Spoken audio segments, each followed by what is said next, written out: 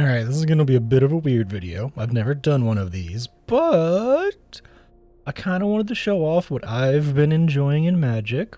I have, well, if we go, I have a lot of decks that I'm working on. These are just like standard decks that I'm trying to alter a bit to make them work. I have like personal decks I'm making, but missing cards here, because it's missing cards, is my personal favorite deck right now. It's an Izzet Epiphany deck.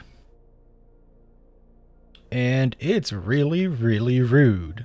Let's start with the basics of how the deck operates. It's very, very land heavy. Like, you might be like, that looks like a normal amount of lands. What is that?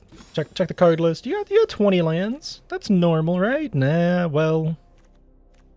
Jawari Disruption, I have 4 of them in deck. They're technically doubling down as lands. Spikefield Hazard can double down as a land. Shadow Skull Smashing can double down as a land.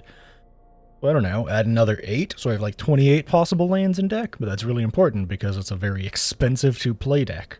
Your win cons are your manaform hellkilte, your Izzet Epiphany, your unexpected windfall and memory deluges, your alchemist gambits, things that just let you really slam a bunch of turns in a row and go ham with manaform, the true win con of the deck. And while you can make a lot work with all your spells and just kind of eke out some damage here and there, Manaform, which is actually, I believe, a new card in Crimson Vow, is, like, by far the biggest win condition.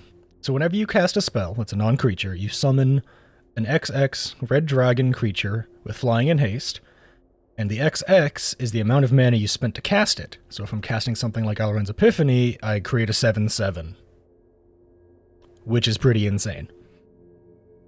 And then if you're using Cleave on Alchemist Gambit, 7/7. You can also use stuff that's cheaper.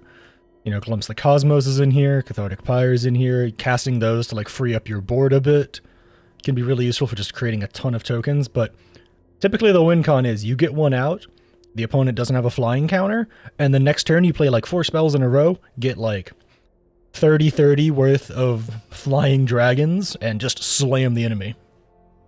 Now, this is an altered version of a deck I found online. The original deck mine is based off of is this one. The biggest difference is I added more Jawari Disruptions for one. I think I took away a few cards here and there as well. But my deck's the way it is because I'm missing some really expensive cards. Like, I don't have 4 Elrons, even though the deck would be better with them. I don't have 4 Shatter Skulls, even though the deck would be better with them.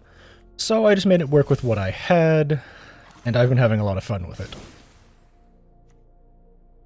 Now, a card that I've started including in it, which I think I'm going to try and add more in the future, is Smoldering Egg. Smoldering Eggs work really well in Izzet decks, because it functions similar to the manaform hellkilte, because it's a lot of the same. You have your dragon out on field, you're casting tons of spells, it evolves, and then you're dealing tons of 2 points a turn. You cast 4 spells in a turn, there's an extra 8 points of damage you can just throw out at someone, and have a 4/4 flying dragon. It has a much slower ramp on the Smoldering Eggs, but it's really solid to start because it's only a 2-cost 0/4 blocker. Sorry, defender, so you use it to block damage that's incoming. It can get kind of overwhelmed really fast, so I'm like just kind of testing the waters with it right now. This is my personal deck that I like. However, I'm going to be kind to you here. I'm going to throw out a few cards here that if you have, you can replace some of the creatures with. For example, I don't have it collected apparently, but the Galazeth Prismari is a solid dragon to include in an Izzet deck. It's a 4-cost flyer that's 3/4 instead of 4/4, and your treasure tokens can be used only to cast instant spells or sorcery, but it's just pretty good. It's just a pretty solid thing. It gives you more treasure tokens, which can make it synergize better in just a pure dragons deck. With cards like the Goldspan Dragon, to make your treasure tokens worth more. Which in turns, if you're trying to go down with that, I believe it's actually Dragon's Fire. Maybe there's an apostrophe in there. The search function can be finicky. You can include stuff like Dragon's Fire to make your time easier. In place of using like Demon Bolt, you can use a slightly cheaper Dragon's Fire, which Either does 3 damage at base, or if you have a gold span, it'll do 4, or manaform, it'll do 4.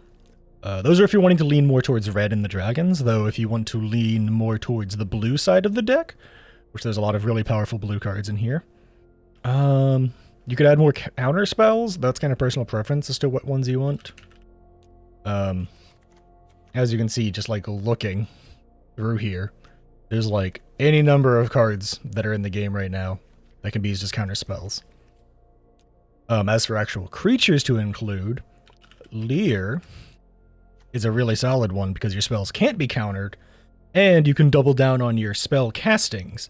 So you could maybe shuffle through your deck a bit, perhaps get rid of some of these counters, and maybe go for a few more damaging spells, more Prismari commands perhaps, more Shatterskull smashings if you can spare them, and then use someone like Leer to just spam out cards for tons of damage to clear off the field or just deal damage to your opponent.